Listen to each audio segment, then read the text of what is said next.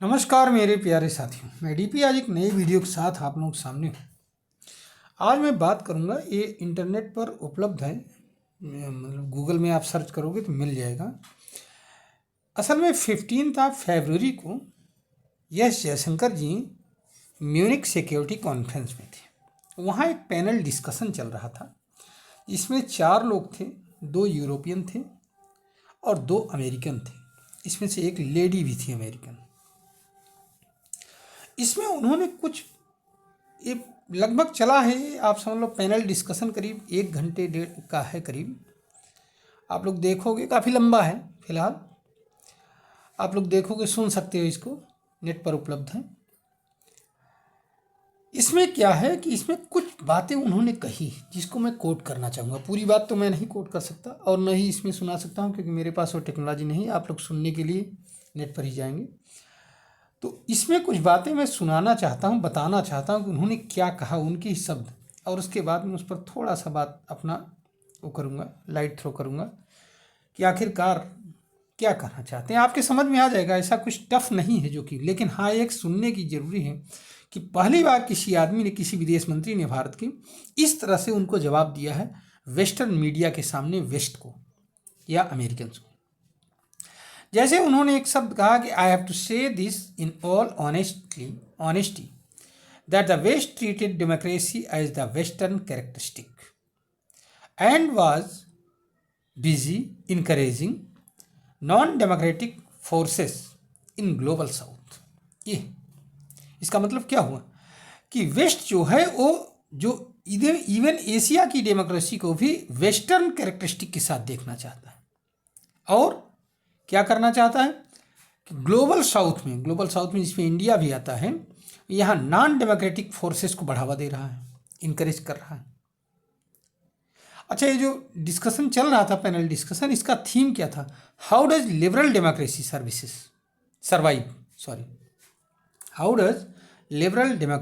Survive, यही topic था, theme था इसका। उसके बाद में उन्होंने फिर आगे कहा कि something the West should look at Indian democratic values. तो उन्होंने ये कहा कि इंडियन डेमोक्रेटिक वैल्यूज को भी देखना चाहिए वेस्ट को, जिसको आसपास के बहुत सारे देश फॉलो करना चाहते हैं, लेकिन वेस्ट की निगाह में वो कुछ नहीं है, प्रोपेगेंडा है सिर्फ। ध्यान रखिएगा ये चीज। अब उसमें क्या है कि अब उनका क्या कहना है, वेस्ट का क्या कहना है? वेस्ट का ये कहना है कि वेस्ट की डेमोक्रेसी क्या है, परफेक्ट है, फाइन है, बाकी सबको उनसे डेमोक्रेसी कॉपी करना चाहिए, जो वेस्ट की डेमोक्रेसी वही। ये अभी भी इनके दिमाग में है, समझिए जरा सा। वी आर द बेस्ट, आगे उन्होंने कहा कि we are the best and others should follow us in many human values. बहुत सारी वैल्यूज में हम लोग बहुत आगे हैं। और यहाँ पर जो है एक बात और कही, ये समझ में आ ही गया होगा कि हम सबसे अच्छे हैं और हमको अदर्स लोगों को फॉलो करना चाहिए। ये जयशंकर जी ने कहा कि ऐसा वेस्ट सोचता है, अभी भी सोचता है, और हकीकत यही है। अभी भी शायद वेस्ट के समझ में ये नहीं आया है कि वर्ड क्या है, बदल रहा है। Word order is changing, the word order is changing. Now the Asians will not be the follower in the near future. आने वाले दिनों में एशियन फॉलोअर नहीं होंगे, बल्कि वो अपने आप में एक एग्जाम्पल बनेंगे, सेट करेंगे, और उसको आप लोगों को हो सकता है फॉलो करना पड़ जाए, वेस्ट को फॉलो करना पड़ जाए। ऐसा उनका इशारा था, लेकिन यहाँ पर ऐसा नहीं कहा गया। फिर देखिए 2 पॉइंट्स पर और उन्होंने बहुत तगड़ा वो किया, अपना फोकस किया कि I would challenge the equation of the liberalism in a kind of international awake.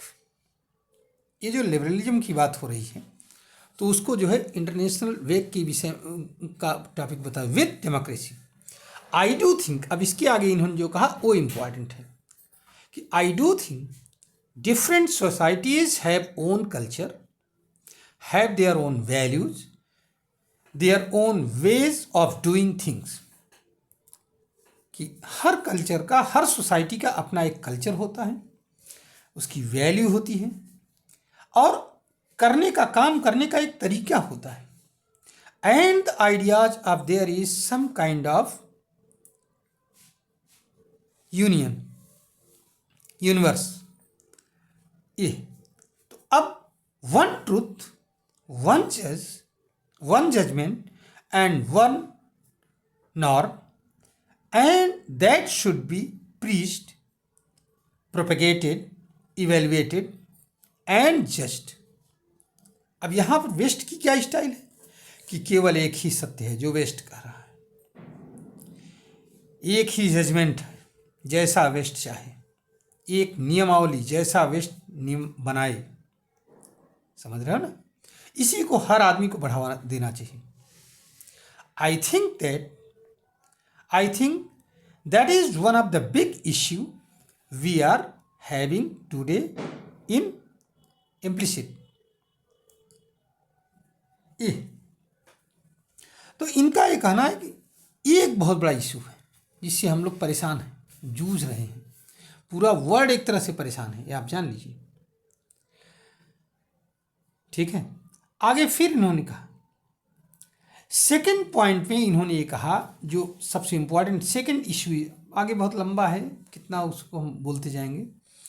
Second issue इन्होंने क्या कहा? The second issue is look every country have it's main stream politics. उनका ये कहना था कि हर कंट्री का एक मेन स्ट्रीम पॉलिटिक्स होता है और एक क्या होता है, आउटलेयर्स, मतलब बाहर से। ठीक, सेकेंडरी जिसको कहते हैं पॉलिटिक्स।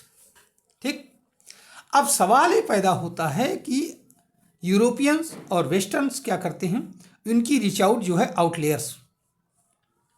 समझ में आया ना?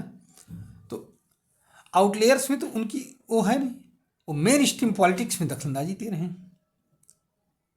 इनका ये कहना है कि what do western ambassadors do in India. बहुत स्पष्ट शब्दों में कहा है ये चीज़, समझिएगा आप लोग, कि वेस्टर्न एम्बेसडर्स ने इंडिया में क्या किया, पूरा अस्थिर करने के लिए देश को हर चीज किया। समझ रहे हैं?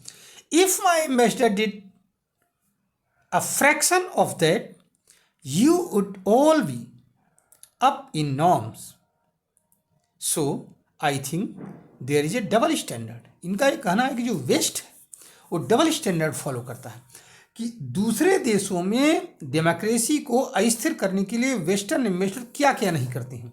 अमेरिका भी इसमें आता है, ऐसा नहीं कि अमेरिका बहुत बदला हुआ था है। ठीक है, और अगर उन देशों के एम्बेसडर इन देशों में, वेस्ट में या अमेरिका में कुछ कर दें तो क्या होगा, समझिए ज़रा सा। अब आप लोगों ने इसमें बहुत सारी बातें देखा होगा, इधर पीछे हमने काफ़ी वीडियोज बनाए। यूएसएड में खुलासा हुआ, जॉर्ज सोरस गैंग, बांग्लादेश में तख्ता पलट करने वाला डोनाल्ड लू, ये सब डीप स्टेट के टट्टू जितने भी हैं इधर उधर से, इन सब लोगों ने क्या किया। अगर ऐसा कोई इंडिया का या एशिया का या कोई किसी कंट्री का पर्सन उन कंट्रीज में जाकर करे तो क्या होगा, अंदाज़ा लगाइए। हाँ, आए दिन कोई न कोई धमकी आती है, चाहे वो गुरपतवंत सिंह पन्नू वगैरह की है। हाँ, कहते क्या हैं कि वो धमकी ही तो दे रहा है, कर थोड़े रहा है। अगर कोई यहाँ पर अमेरिकन या यूरोपियन आकर के, इंग्लैंड का कोई बंदा आकर के इंग्लैंड को धमकी दे यहाँ पर इंडिया में, तुरंत ऑर्डर का किया जाएगा कि इसको गिरफ्तार करके हमको सौंपो, ये होगा। लेकिन नहीं, उसके नाम पर कुछ नहीं बोलना। तो इसको ये जो लास्ट लाइन मैंने बताई, 2-3 पॉइंट्स बताए जिसको कि वेस्ट जो है थोपने की कोशिश कर रहा है। आप लोग इसको, तो एक बहुत क्लियर कट शब्दों में जयशंकर जी ने कहा, इससे ज़्यादा स्पष्ट तो और कुछ कहा ही नहीं जा सकता इन मंचों पर। समझ में आया ना? मिलियंस ऑफ मिलियंस खर्च किए सरकारों को अस्थिर करने के लिए। इस पर वीडियो बनाया था, आप लोगों ने सुना होगा यूएसएड का कितना हुआ है। विपक्ष का सिनेरियो, अब किसी भी कंट्री का प्रोग्रेस तो देखा नहीं जाता, उसको रोकने के लिए, प्रोग्रेस को रोकने के लिए जो करना हो करो, अस्थिरता पैदा करने के लिए जो करना हो करो, इकोनॉमिक डैमेज करने के लिए जो करना हो करो। हाँ, भले ही उसके लिए जो है अडानी अंबानी को किसी को भी टारगेट करना पड़े, लेकिन इंडिया में चलता है। क्या चाइना में आपने कभी किसी को देखा? चाइना चलो चलिए, चाइना में तो खैर कम्युनिज्म है तो वहाँ तो संभव नहीं है, लेकिन हम बात कर रहे हैं वेस्ट की। क्या कोई वेस्टर्न कंट्री अपने यहाँ के बिजनेसमैनों को इस तरह से वो करता है, क्रिटिसाइज करता है? या वहाँ का विपक्ष, अमेरिका में ही कोई विपक्षी नेता इस तरह से क्रिटिसाइज करता है, लेकिन हमारे यहाँ एक मुद्दा मिल जाए बस हो गया, मौज कट गई। भले उसके शेयर्स डाउन जाए कम जाए, हमसे क्या मतलब है। बस हम जो है कोई मौका चूकेंगे नहीं बदनाम करने का, देश को अस्थिर करने का, कमज़ोर करने का। ये तो यहाँ पर जो है बहुत सारे ऐसे ऑर्गेनाइजेशन जैसे joint research centre of European commission एक है। इसमें क्या है, इसमें ऐसे ऐसे लोग बैठे हैं जो कि ऑनलाइन मिस इन्फॉर्मेशन को ट्रैक करते हैं और उसे फिर एक्सप्लेन करते हैं लंबा चौड़ा, हो गया हो गया हो गया बस हो गया। क्या है सही कुछ नहीं पता है। जर्मनी में फार राइट पार्टी बैन है, बहुत सारे ऐसे कंट्री है, यूरोपियन कंट्री है जहाँ पर फार राइट पार्टी बैन है। लेकिन वही चीज़ अगर किसी एशियन कंट्री में हो जाए, जैसे बांग्लादेश वगैरह में शेख हसीना के लिए आरोप है ना कि उसने जो है अपने विरोधियों को एकदम दमन करके रख दिया था। अरे यही काम तो आप अपने यहाँ भी कर रहे हो, लेकिन यहाँ पर अगर हो जाएगा तो गड़बड़ है। वहाँ हो रहा है सब सही है, हम डेमोक्रेसी को बढ़ा रहे हैं, ये हालत है हमारी। चलिए, इसमें बहुत सारी बातें हैं लेकिन अब उतना कहा भी नहीं जा सकता। उम्मीद है कि आप लोग इस पूरे उसको सुनोगे पॉडकास्ट को और देखो आप लोग, और कुछ बातें मैंने बताई इस पर कमेंट्स भी करिएगा आप लोग, मुझे अच्छा लगेगा। अगर आपको ये वीडियो अच्छा लगे तो आप इसको लाइक करिए, शेयर करिए और हमारे चैनल को सब्सक्राइब करिए। धन्यवाद, नमस्कार, जय हिंद, जय भारत, वंदे मातरम।